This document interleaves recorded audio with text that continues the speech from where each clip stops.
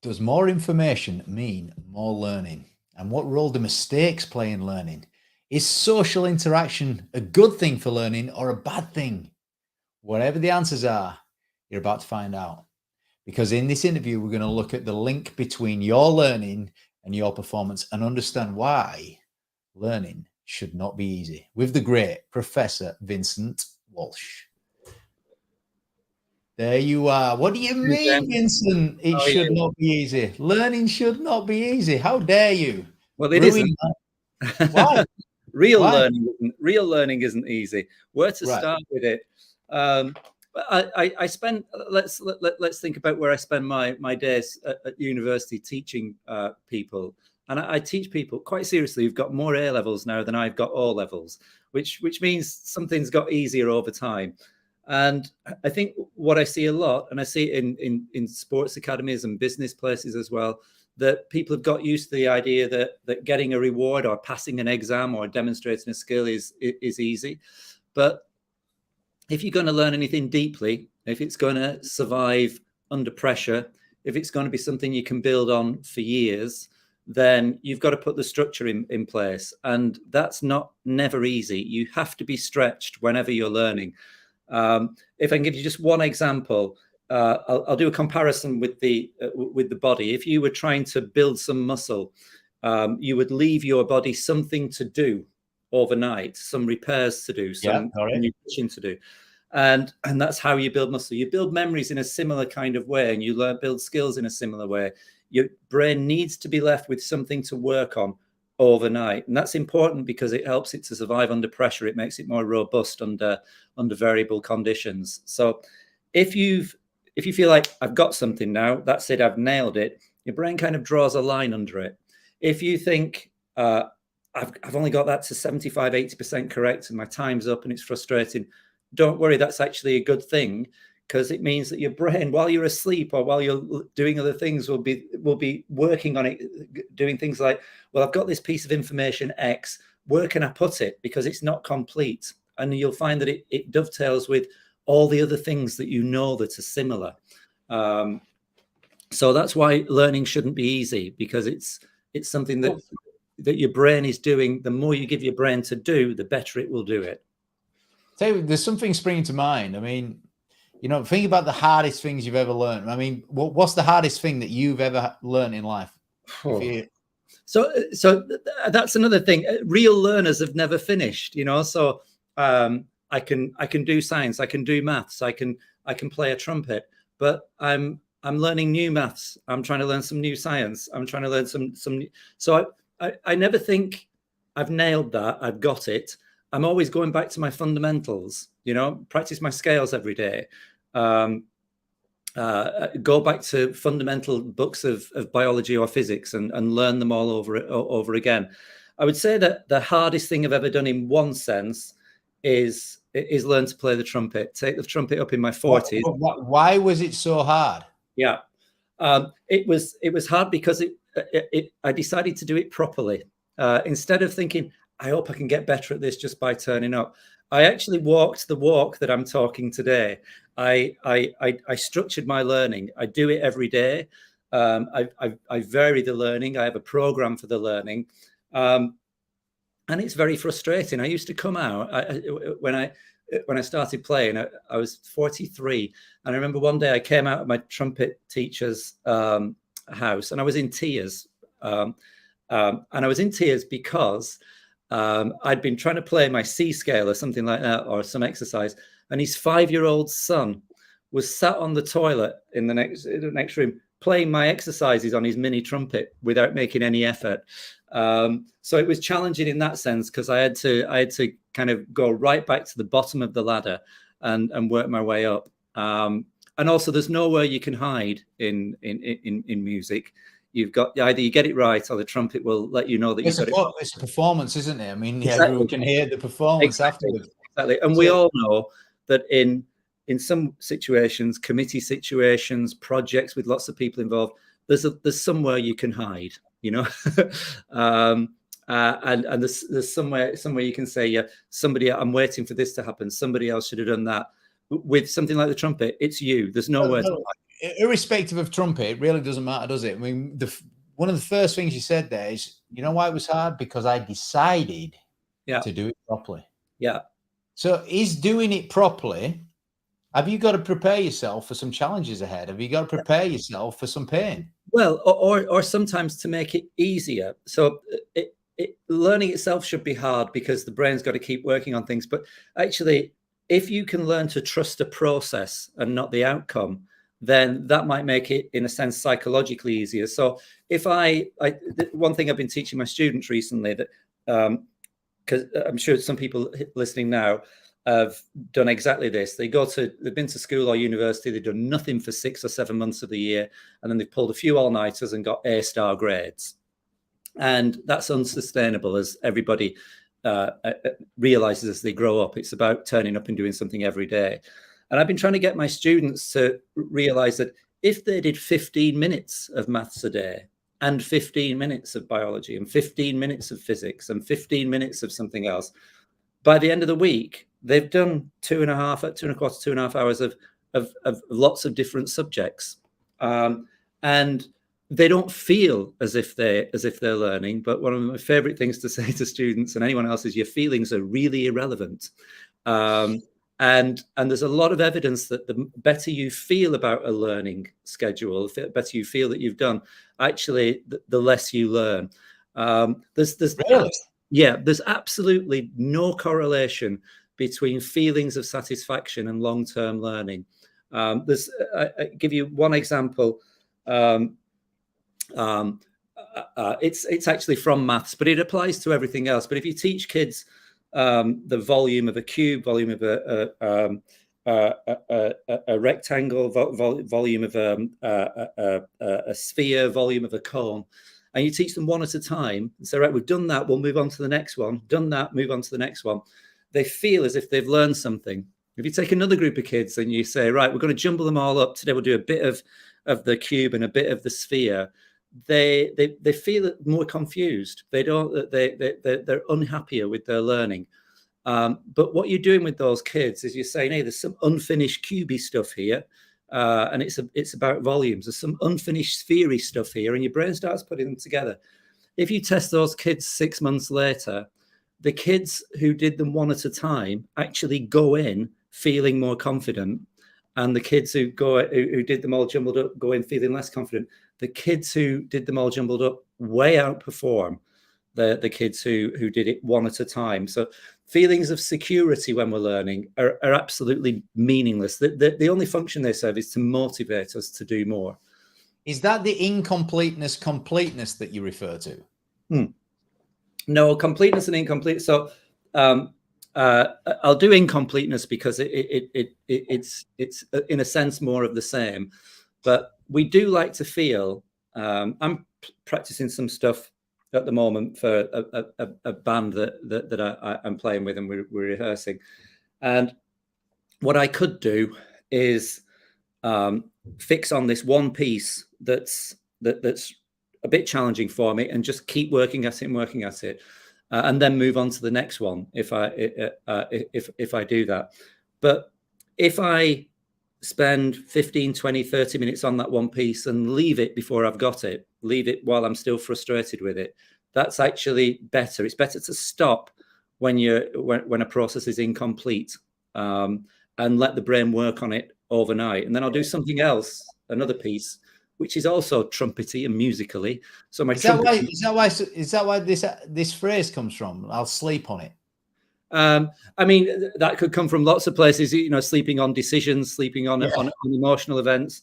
It's actually come to a place now where we're discussing what to do with sleep after a PTSD event. Should we keep people awake the first night so that the brain can't consolidate the emotional memories? But yeah, there's a real case for sleeping on things. It doesn't come from nowhere. And additionally, the phrase "an hour before midnight is worth 2 after midnight." It's not quite correct, but what it means is the early parts of your sleep are for different learning processes than the later parts of your sleep. So you can't So the earlier parts of sleep are for the kinds of things that I call it learning stuff. If you're learning a new language, or you're learning some new legal structures. I've just taken over some ethical duties at the university, so I have to now learn about the ethics structure of the university and the NHS. So that's learning stuff, and for that we need the deep sleep, slow wave parts of sleep that are early in the night. For skill learning and motoric learning, and I have walked this walk, but I can't prove that it works. For learning the trumpet, but I think that should be the last time I mention the trumpet here, unless anyone thinks I can really play it. For motoric skills, we need stage 2 sleep, which comes a little bit in the later part of the night, not so much in the early part as deep sleep. And for things, putting together creative thoughts or new ideas, when you're working on a problem that you haven't quite put into, it's in your internal language but not world language yet. We've all had that experience, I think. We need REM sleep. So different parts of sleep are for different parts of learning and problem solving, and that's why we need all the parts of sleep during a night. You can't. How important is sleep in the learning process, in your opinion?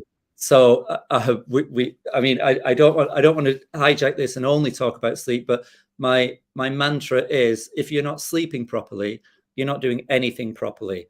So I'll give you a few examples. If you're not sleeping properly, you can't possibly be dieting and eating properly, because your dietary hormones are regulated during sleep. So leptin and ghrelin make you feel hungry and full. So if you're not sleeping properly, you're not eating properly. If you're not sleeping properly, actually, you're not able to deal with people properly. And that's part of our learning in the real world. Why? Oh, because one of the things that sleep is important for is emotional regulation. And just one night of bad sleep, I could take you to the papers and the research on this, but won't. One night of bad sleep makes you perceive other people as more of a threat, so more negatively. So if you've got a choice of seeing somebody between making a critical comment or making an arsey comment after a bad night's sleep, you're more likely to interpret them as being a bit arsey. The double whammy is that because our inhibitory parts of our brain are not properly regulated, if we don't get sleep, you're also a bit hair trigger. So your social brain isn't working properly. So while you go around thinking everybody else is being a bit arsey that day, the likelihood is you are too. So, and then if you're not sleeping properly, you're definitely not learning properly. Apart from anything else, you're not motivated properly. Even if you wanted to do something the next day, it's much harder when you're not rested, you're not emotionally. Impact on motivation. Max, put that comment from Lucas up. He mentioned a comment about putting something on a t-shirt. It was a really good comment earlier on. I never got a chance to mention this. Real learners never finish. Hey, let's get that on the t-shirt. That sounds really. Did I say that?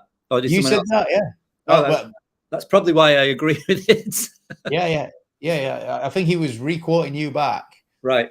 Yeah, interesting so far. We had some trumpet players in here, by the way. Oh. We've got some, there's some trumpet players have been commenting on this as we go in. That's Rachel Woods. She plays trumpet in a jazz band. Oh, which one? In a brass band. Well, she's down in Somerset, so. All right. There you go. No, that the trumpet's very forgiving. Nobody ever says that. I was at my mum's one time practicing the trumpet in the kitchen, and she was in her 80s at the time. And she said, "What were you doing?" I said, "I was practicing my trumpet." And she said, "I thought you could play the trumpet." And she clearly thought it was something like tying your shoelaces that once you learn. But as Rachel knows, you've never, no one ever says, or no one serious ever says, "I can play the trumpet or cornet." But what you think is, it's not fighting back at me today. And that's why we do our scales every day. You've got to go back to the fundamentals.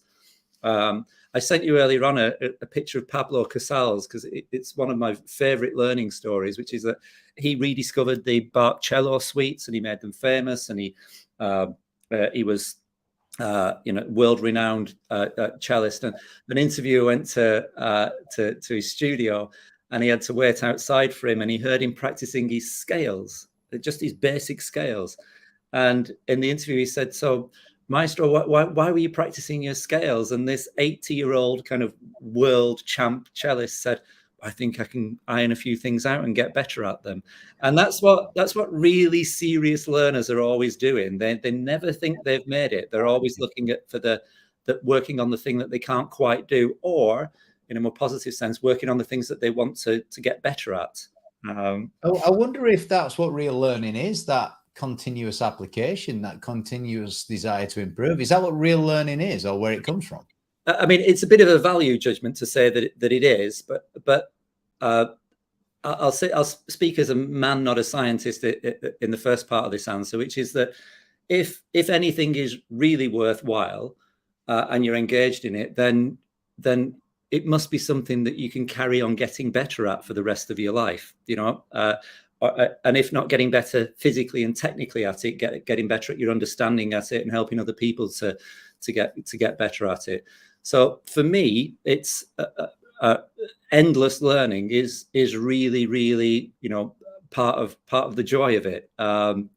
If you really feel that you know everything about something, then I think you have to have a good look at yourself in the mirror. But obviously, if I put my scientific hat back on, we can't say real learning is endless, because there are things that you can learn, like fastening your shoelaces, which can't really be much improved. Or you might say that you could learn to be sufficiently good at something. You know, you might learn to a point that you're happy with for the function that you have. But I think it's a dangerous thing to really think that you have ever really mastered something such that you never have to go back to the fundamentals. And what you do when you go back to the fundamentals is you realize that you didn't know them quite as well as you thought you did. And that's a good reason. I've had this experience a few times, and I'm sure some of the people listening have had it as well. I've been explaining something to a student or somebody in a forum like this, and because I've taken my knowledge for granted, I haven't kind of updated it. I haven't done my intellectual scales, you know, that day or that week. I found myself in the middle of something really simple that I've felt like I've understood for 10, 15 years and realized I can't articulate it anymore. It's gone. And you know, anyone who's passed any maths exams will know that you don't keep practicing it. It goes away. You've got a vague feeling of familiarity, but as I've said before, your feelings really are meaningless. We did have a comment come on screen a second ago, which was, I've taken great confidence from, you know, leaving it, because I always start things and I never finish them. Yeah. I don't think that's what you're saying, actually. No. So, you know, the point here is, yeah, leave it and then go and think about it and reflect on it and consider it and deliberate it and let it play. Yeah. Does it play havoc? No, it doesn't. It feels as if it plays havoc. That's the thing. That's the problem. Right.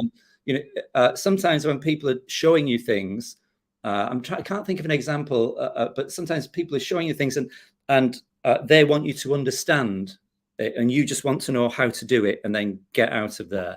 And we do feel when we're given incomplete or partial, we do feel frustrated, but that's just tough shit. It's a bit like. Again, to use the same comparison, going to the gym and getting some delayed onset muscle soreness. That's your body dealing with the new information, if you like, and your brain has to go through some of the same hard work to deal with the same information. So yes, learning should be uncomfortable. You shouldn't always be given an answer to a question in every session. The best thing we can do for people when we're helping them to learn is put them in a position to learn. Even today, for example, I think this might surprise some people. The only person who's learning anything right now is me. And the reason for that is that I'm having to think, what did he mean by that? What's the best example? Did I forget something? Did I express that right? So I'm really thinking I'm doing a big workout today. This is never easy if you're trying to seriously explain things. So I'm learning because I'm reconsolidating. All those brain areas are talking to each other like mad right now. Some of them might even be making sense. But anyone who's listening to me right now isn't learning anything now.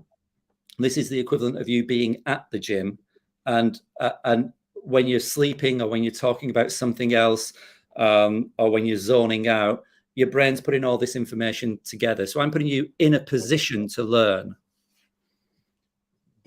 You being here right now in a learning experience is like you going to the gym. That's powerful.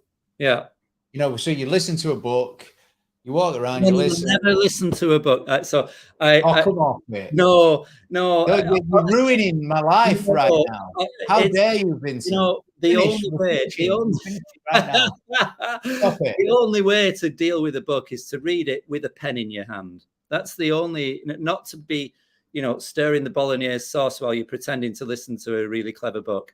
I do, you know, I think audiobooks are a great entertainment, but if you're serious about something, you have to listen to it carefully. It's the difference between, you know, it's the difference between listening to a piece of music seriously and just having something on in the background in a restaurant. Yeah.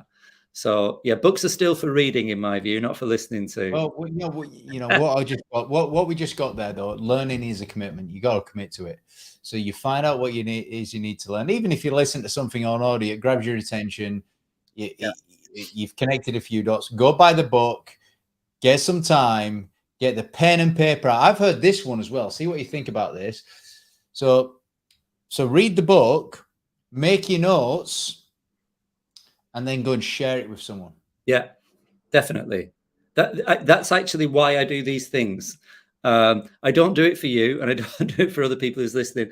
This is always a great opportunity for me to learn, and that's why I do it. Stephen Sondheim, the great songwriter, he said, "A song doesn't exist until it's got listeners," and I feel the same way about knowledge.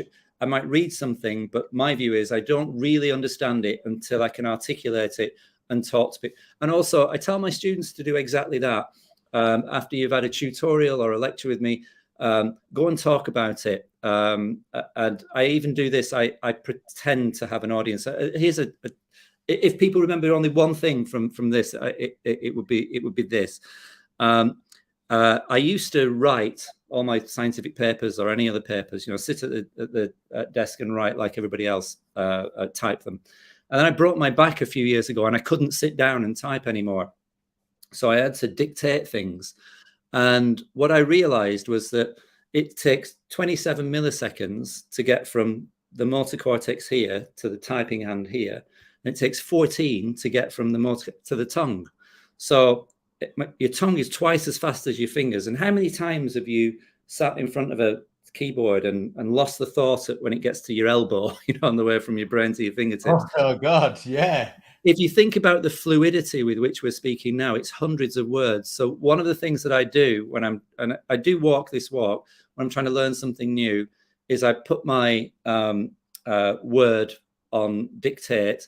I pretend I've got an audience of students or something like that. And I say things like, okay, so today what I want to talk about is the way that these regulator genes might produce body parts in different orders, and how we might get some mistakes that will lead to six fingers and things. Now, I've just said about 100 words. If you which none of us understood, by the way. Yeah, but the point is that once you start saying things, the fluidity comes out, and you can always improve a bad draft. So my real top tip for learning today, if people remember one thing, is try and explain things verbally and record them either on a word with dictate or record them on an audio file, because you really find out sometimes when you think you know things and you try and explain them. We've all had that experience. We've all loved it when we've caught other people out in that, having that experience, but it makes you blood run cold when you have that experience yourself. We've all that experience where we're articulating something and we realize, gosh, I've never really thought that through before out loud. And out loud is very, very different. It's the difference between dancing in your bedroom and dancing in public.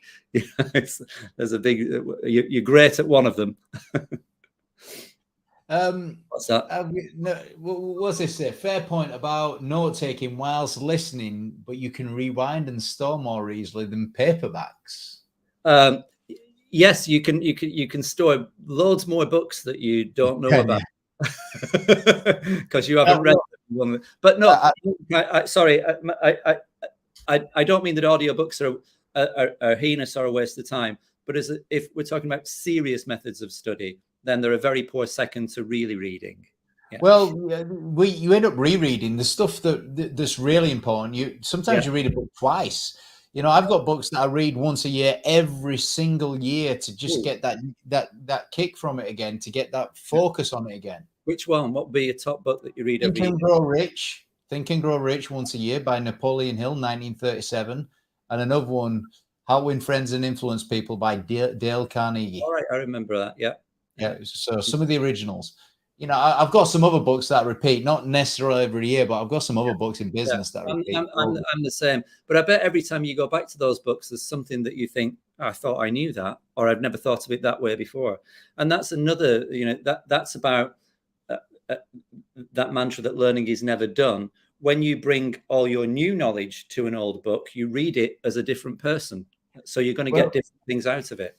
I didn't put an image on screen, what you'd sent to me about books that you should absolutely not read. You do not read these, because some of these are really famous books in the business world. Yeah, I don't care. Put the screen up. I'll tell you why they're all shit.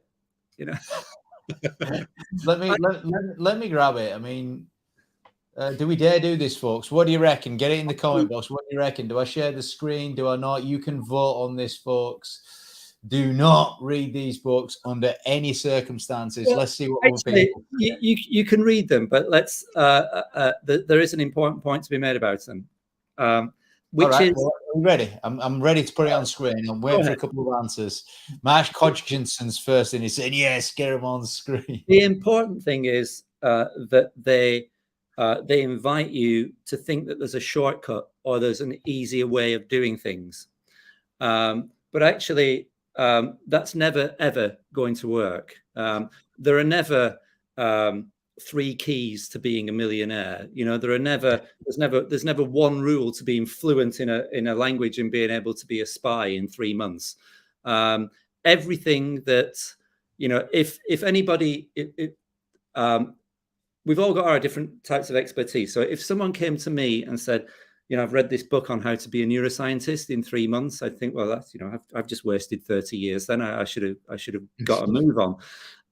But when you talk to people who, it's that a little knowledge is a dangerous thing. When you talk to people who are talking about your expertise, but they really don't know all the depth of it and the experience, you can see what all the holes are. Yeah. And that's what these quick fix books do. They give you a few points, but they don't teach you to fill the holes organically. We're going to do it. I've been outvoted. We've got yes, we've got a hell yes, we've got 100% share, we've got a let's do this. Yeah. Here it is, folks. Do not read these books. The 4-hour work week. Oh my God. Or any like them, because they all carry the same lie, which is that there's a way of making it easy.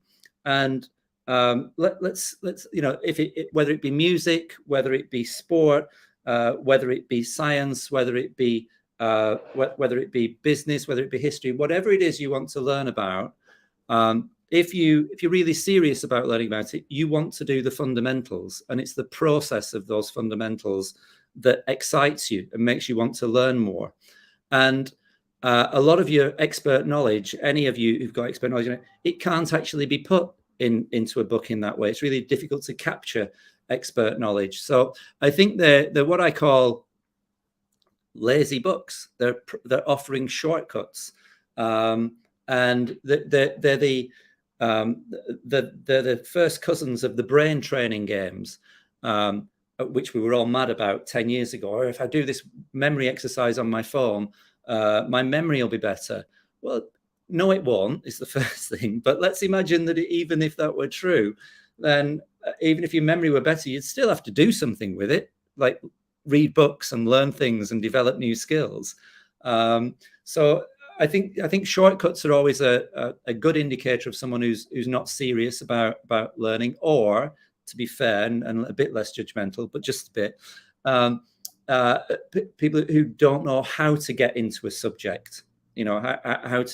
How do I start approaching? So I don't know if one of those books there was about, a 4-week beach body or something like that, but it's the difference between. I want it. It's the difference. it's the difference between a quick fix and doing something seriously over a long time. I remember seeing Bill Oddie once on a program. He was on a quest to learn to play the guitar so he could play at his son's wedding or 21st birthday party. And he had one of the best music teachers in London at the Royal Academy, Bridget Murmakidi, she was called, teaching him the guitar. And she had this great phrase, which it must be about 15 years ago, this was on telly, and she said to him, just be honest about the sound. And I thought, what a beautiful thing to say. You know, she wants him to listen to the sound he's making and think about that as part of the music. And he then stopped doing lessons with her because he said, I don't want to do all that academic stuff. I just want to be able to play, you know. So they invite that kind of shallowness, that wanting to, you know, be a star. It's that kind of X Factor thing. I want to be a star, but I don't want to learn to a singer, but I don't want to learn to read music, or I don't want to practice. And I think that whole genre of books is part of that. I suppose it's a bit like clickbait online now, isn't it? People come up with titles and stuff like this, and you know, it's that quick fix that, you know, get the beach body in 4 weeks, makes people want to go for it. And I fully accept that we've all got to have somewhere to start, but I fully accept, but is what you just said, which means you don't really accept it. I do accept it, but serious people, you're not going to find those books on experts' bookshelves, you know. What are we going to find on the expert bookshelf? Let's just go there for a second. I'll tell you. Well, I've got one of my bookshelves in front of me. What you're going to find? Okay, we get it. Are the fundamentals and the classics. So you never walk into my office and see me reading the most complicated book on neuroscience written this year. You know, none of us do that. What you'll do is find me reading principles of learning and memory. I'd read a book on that again. Another one I was reading yesterday, Maths for Biological Scientists. Another one on coordinate geometry So in the business world, then, I mean, are we saying go to the classics, go to the depth? Yeah. Is that what you're saying? Isn't that what everybody does? You know, the serious people are always going to the classics. They're always going to the depth. Stephen Sondheim said something else in an interview last year before he died, and I thought it was super interesting. He said, I'll preface it by saying, whenever I've met a game changer, it doesn't matter whether it's a game-changing business person, game-changing scientist, game-changing musician, game-changing sports person, they've all got something in common with each other. I think that people doing the same thing as them, but to a lesser level, haven't got in common, because they've all broken through to that rarefied place where they're taking all the chances and doing new things. And Sondheim said what he loved reading was books by and about how experts do what they do. I'm just going to silence that phone. And he said it wouldn't matter to me if it was an expert pencil maker or an expert cobbler or an expert physicist. I want to know what that person's doing to take the serious achievement to the highest level. And he said, you often find that they're doing the same things. He said they're honing their fundamentals and they're obeying the golden rules that they might have built on their own experience. Look at this. Mike Greenwood is challenging you back here. So Good. Would be really interesting for Vincent to watch the Tim Ferriss Experiment series and see what he thinks about learning fast. This is fascinating. Do people learn in different ways? Yeah. No, they don't. You learn fast and you forget fast. So I don't know what Mike's educational background is, but I bet that there are multi-syllable words in there. So he definitely, did A levels and beyond. But Mike's an amazing guy. He's from Manchester. He's a really, really good dad. So he's got a small business. He's ambitious. Mike has got qualifications in things he knows nothing about, as you have and as I have, because what we've all done is do nothing for months of the year, stay up a few nights to cram for an exam and pass the exam. So in one sense, you've learned something, you've got the badge of reward for learning something, but you haven't learned it because you've forgotten it almost immediately. So it's a question now of what we mean by learning. And I mean two things by learning. One is learning that survives under pressure and under variability, and a learning that is deep, that you can build on and carries on for a long time. So yes, we could learn something quickly, but you'd forget it quickly, and it wouldn't be the kind of thing that you'd be able to produce under pressure. Ringo Starr famously disliked to practice, although admittedly that was so after did John McEnroe said he disliked to practice, and so did Chet Baker, so that he didn't like to practice either. But when you look at the people who say they don't like to practice, and then you look at how much they simply played, you know, so Ringo Starr might not have liked practice, but when he's in and he's carried on recording, even now he's been recording with Joe Walsh, I think the ex-Eagles guitarist, because I think they're brothers-in-law now. He is practicing all the time that he's playing, because he's paying attention to getting better. He's not doing what other people call practice. And John McEnroe did the same. He played as much as anybody else practiced. It's just that his practice was in a game situation. And Chet Baker did the same. He didn't sit down and do his scales, partly because he didn't know them and couldn't read music, but he practiced by playing tunes and transcribing tunes as much as anyone else. Your own practice can take many forms then as well. Exactly. Got a couple of things. I mean, we did a bit of digging behind the scenes. Here's one of your quotes. I love straight talking, Vincent. This is really cool. There you go. There should be a comma after the talking there. Yeah. We know everything we need to create perfect learning environments. We just haven't got the courage. I mean, look, you're very famous for saying this. Because really big organizations, sports teams, I'm not going to mention who. You can only mention if you want to, so I won't mention who. But people bring you in to a team environment for you to really shift the way that learning's happening. Yeah. Why did they bring you in? Sometimes as window dressing, so they can say they've done it. I'm quite sure that's been the case. I'm sure in some industries that's been the case. I'm guessing you only got that after you'd done it, not before. No, sometimes there's an HR budget and they have to have someone in. We've got to do something on continuing education and learning. Right.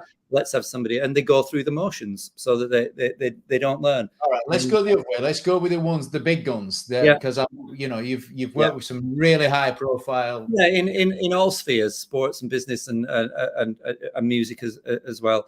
For sure,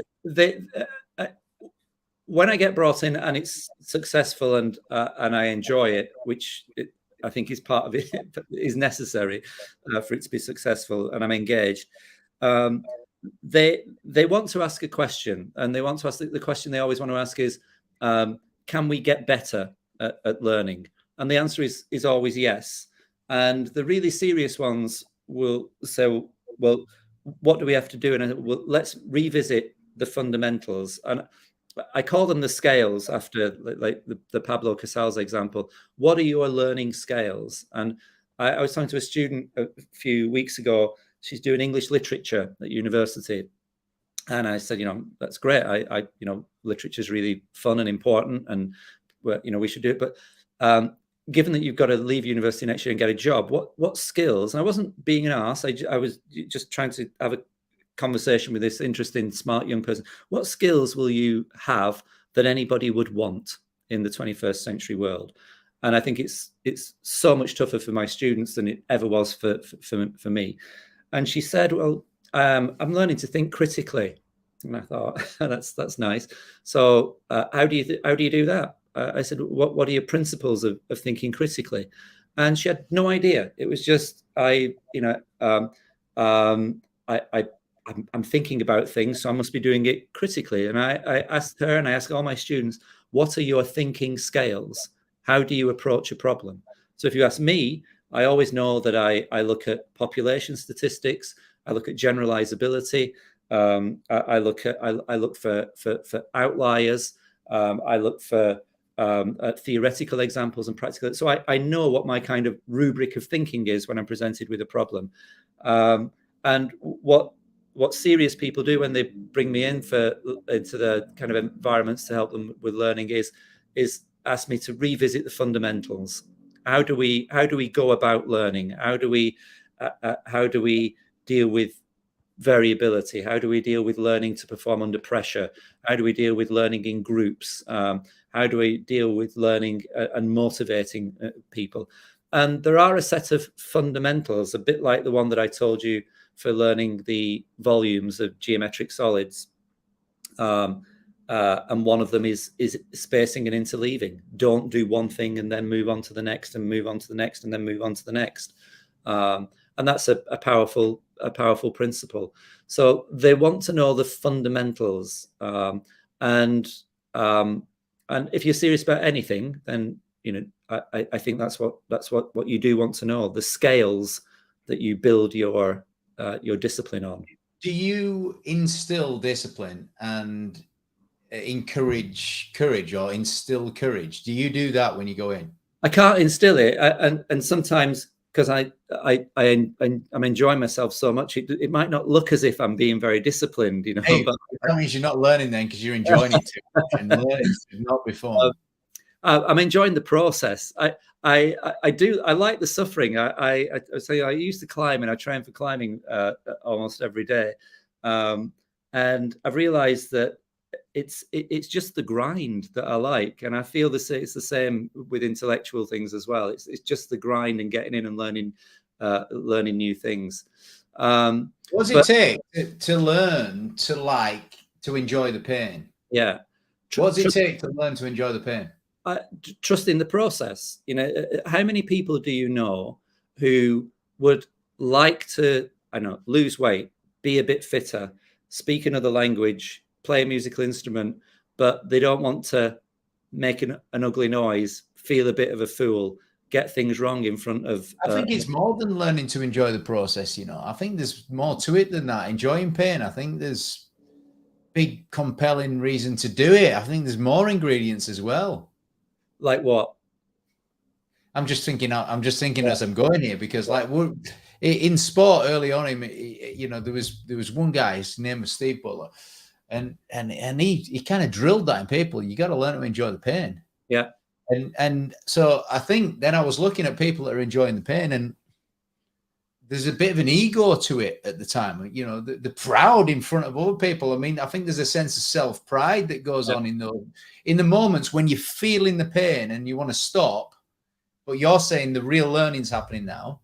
Yeah, it doesn't have to be, it doesn't have to be life-threatening pain. It's just the ability to dig in. There was one...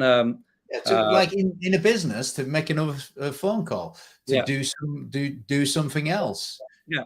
There's just popped into my head. I've forgotten about it for a while. Best example I can think of is Etienne Stott, Team GB white water paddler, won the slalom gold at 2012, and they were at the top of the run, and apparently he turned around to his partner in the canoe and said, "This is the kind of problem we've always wanted to have to solve," because they had to go and beat a fast time that I can't remember who set the fast time, beat a fast time somebody else had set. But I just love that attitude. This is the grind part. Let's do that. Type 2 fun, I guess you'd call it. I think there's a bit of a mantra or philosophy there. This is the grind. It's almost some self-talk that you can have in that moment. Yeah. And I do think you've probably got to get to a level where you've got something in the tank so that you're not only suffering. You understand the process, so you know why this is helping you to get better, rather than just blindly Linda's on here. Yeah. Look, by the way, Linda does have a Ferrari. Her name is Linda F60. She's got Ferrari F60. What are perfect learning environments? So come on then, what are they? I haven't got my glasses on, so it looks like P6. What are perfect learning environments? Yeah. So let's think of all the principles. It's easier to say what they are by describing our current learning environments, because they're really good examples of what aren't perfect learning environments. So here's one thing: we're all serious about children are the most important thing in society. We should be looking after the next generation, and we give them the shittiest of educational environments. So here's one thing we do: we get, because we're not serious, we make them play run around at 8 o'clock every morning, because for the past 100 years we've had offices and factories to go to. We haven't thought what would make schools good for children. We've fitted them in to our adult lives. So here's one thing that we could change to start to create a perfect learning environment: is start schools later. When you get to puberty, your body clock, your circadian rhythm shifts, and getting children up at 7 and 8 o'clock in the morning to get them to school, for 8:39, it's almost like doing a night shift. It's like getting me and you up at 5 o'clock in the morning. So, and there's experiments with thousands of kids over lots of countries now, developed countries. If you start classes for older kids at 10 or 11 in the morning, you get better exam results, which is neither here nor there really in education. Better exam results, fewer disciplinary problems, you get fewer absences, you get more motivated kids who want to learn, just by going with the biology of people. Same with ADHD kids. ADHD kids tend to have a later body clock than non-ADHD kids, and yet we put them through that. And I think I've seen, certainly in some domains, I've seen careers miss key openings and key potential opportunities, just because we've got this 17, 18-year-old who genuinely cannot function properly because we've got them up at what to them is the middle of the night. So that'd be one. The second is not having exams at the end of everything. Have exams in the middle of things. So what we usually do is teach people, stress them out like mad, and put them in a testing environment. And what they learn from that is that learning is a bit ugly, and proving that you've learned something is really stressful. If what we do is give people a teaching session and a non-consequential test, and another teaching session and another non-consequential test, and we make learning something that isn't a point of judgment, but a point of progress and engagement. Is testing your learning part of creating a perfect environment, though? Say again? Is testing your learning, because there's people listening to this, they're not going to school anymore, they're not doing their exams, they're all in business. Yeah. But is testing your learning part of creating if you're not testing yourself, you're not learning. Here's a weird one that drives the point home. And it drives my students mental when I tell them this, when I do this with them. If I might be about to teach them something new, and what I do is I ask them to solve problems on what we're going to be learning that day. And they say, well, we haven't done it yet. Give it a go. Yeah, but I just don't know. Give it a go. Just give it a go.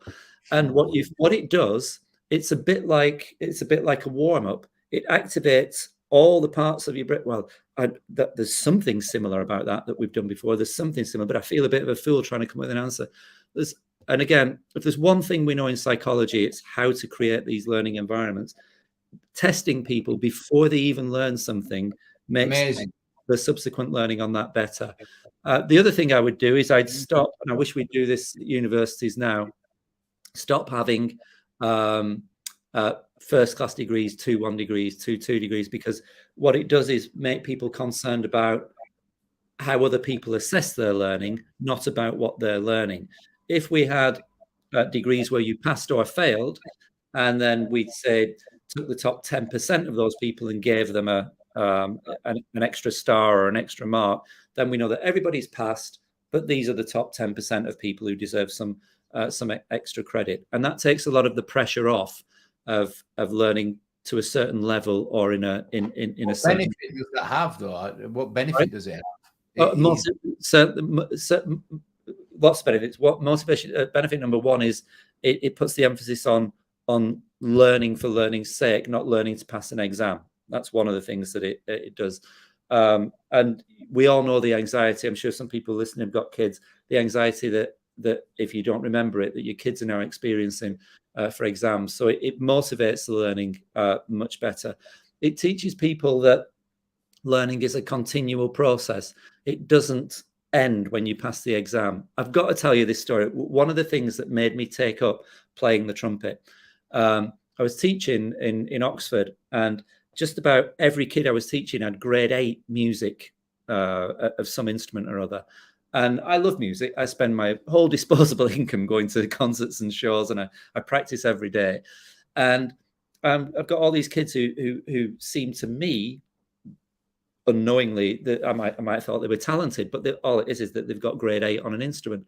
And I was talking to one guy one day, and I said, "Oh, you got grade 8 on that instrument? It must be great fun. You're now, you can play anything. What are you doing?" He said, I don't play anymore. He said, "There's really nowhere to go after grade 8." And I thought, for Christ's sake, we've turned music. That's so common. That is so common, though, isn't it? How have we made music into geography? No offense to geographers, but how have we taken one of the most beautiful things you can possibly... What do you mean, geography? I mean, what, do you get to a certain level in geography and then you can't... What do you mean? Definitely. I'm willing to contradict myself on that. Geography's off the table. No, how have we turned music, of all things, into just another exam? And I thought the same when I first went into... I can't say which one, but I first went into a football academy. I thought, wow, there's boys here. All they're doing all day is playing football. No one's smiling. No one's smiling. So by removing those end testing points, I think what we're doing is getting people to engage more in the learning process. The other thing we can do is to make the learning more interdisciplinary.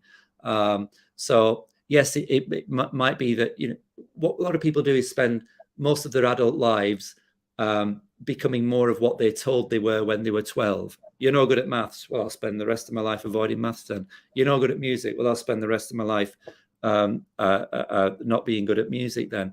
And that's before we've got anything in the tank at all. So I do think that if we were to change the way that we teach people at school, change the goals of learning, then people would see it more of a process. And in interdisciplinary terms, for example, when people are learning programming, they tend to learn it in a programming bubble, a vacuum. But if we can dress it in a problem that they find interesting, you'll find that they fly at it. So we can motivate people differently. We can stop examining people with essays. Why on earth are we making people sit down and write a 3-hour unseen essay? I'll tell you why we do it. Because it worked for 100 years ago. It worked for 50 years ago. And teachers and academics have been too lazy to think, well, what do these students need from me now to prepare us for the 21st century world? And what we're saying, if you could request, you had the golden ticket. Who do you need? Who do we need to put you in touch with so you can champion the cause to make these type of educational changes happen? He's a man. He knows people. I tell you where they already are happening. I won't mention the schools, but I go to lots of schools and give talks, and I go to state schools and I go to private schools. And hand on heart, in the private schools where you've got one teacher to 12 kids, where you've got some of the kids living in, where you've got great sports facilities and music facilities and science facilities, they've got the time and the space and the trust to be able to do what they want to do, which is teach the kids as well as possible. And in some of those schools, the way they pass exams, it's almost a byproduct of what they do. They're not sweating over their GCSEs or A levels. It's just something that they're doing en route to. I'll give you one example of a school. I go there about once a year, and I give a talk to its science society, which is any of the kids from 14 to 18. These are boarders. and they have to give their mobile phones up at 8 o'clock in the morning, and they can get them back at 6 o'clock at night. And every year there's about 50 kids who come to listen to me talk for an hour and then stay behind for dinner afterwards about something scientific, rather than have their mobile phones back. You know, they have to leave their mobile phones locked up if they want to go into this old geezer's lecture. And that tells me that they've created an environment where the kids feel that they're learning for a purpose. You want to learning. Yeah. They want it. And I don't blame teachers, you know, who've got 30 kids in a classroom, and I don't blame teachers who've got so much administration work to do, and there's no trust left for them to exercise their individuality in the teaching. We're seeing the same. I don't know if anyone who might listen to this will be involved in sport, but we're seeing the same in some of the sporting bodies, where the coaching training is becoming very ritualized, and there's a kind of a body of coaches who all do things in the same way. And we've forced teachers down that route for a few decades now, and there's no trust and nuance and individuality left in it. Well, look, we've got about 5 minutes left. I'm really keen to get some of your key learning points, folks. So start putting some of your learning points in. Is Linda happy with that, though? Is Linda happy? Oh yeah, no, this is all right. This is all right. We're exploring that subject of perfect environment. I mean, whilst we're on that perfect environment, is your physical surrounding really important? I mean, yes, you can make a meal of it if you like, but if you're really engaged in what you're learning and thinking, we all know, you know, you can be. I'm guessing the kind of person who would listen to me and you talk is the kind of person who at some point has been a bit career obsessed or workaholic. We all know that you can be on holiday, you can be in a play, you can be in a concert, and you're thinking about that stuff that you're trying to put together. So yeah, it is true. I'm just reading Linda's comment. So yes, your environment can be important, but we don't want to make it an excuse, you know, where everything's got to be perfectly right, and you know the vase. Something you just said though, you know, when you go on holiday and you're out of the grind and you've got this period of reflection going on, there's a lot of learning that happens there, isn't there? I mean, don't we all have that experience that when you're on holiday or on some downtime, that's when you have your best ideas, you know, when you get out of your brain's way. Well, it's when you start connecting the dots. It's like the incomplete bit. Space, incompleteness followed by space is a good thing. Yeah. It's what you're doing is you're marinating all that hard work and knowledge that you've spent years putting in. That's why we always have an idea walking the dog or in the shower or on holiday. That's when we get the payoff. And all those bits of things that we've put in there, that soup, have all somehow connected together and created something new. Does more information mean more learning? No, you have to know what to do with the information. No is a simple answer to that. Whenever I do this, I'm not just making this up, but as I'm learning new things now, I sit down for half an hour, and for the first 2 minutes of that half an hour, I tell my imaginary friend. That's because all I've got left by now. You know, what did I learn last time? This is what I learned last time. And then I'll read for half an hour, make notes. And at the end of it, I'll tell my imaginary friend what I think I learned this time.